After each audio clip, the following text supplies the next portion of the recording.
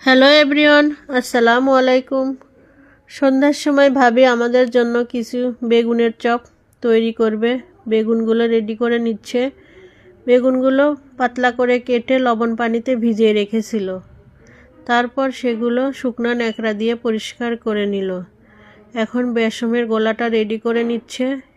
এর মধ্যে দিয়েছে চালের গুঁড়া, বেসম, আদা রসুন পেস্ট, লবণ, হলুদ, মরিচের গুঁড়া, কিছু কালোজিরাও দিয়ে দিল।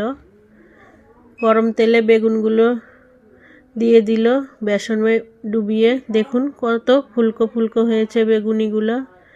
গরম গরম খেতে অনেক মজা, অনেক সুন্দর হয়েছে। আমরা সবাই খেলাম সন্ধ্যার সময়।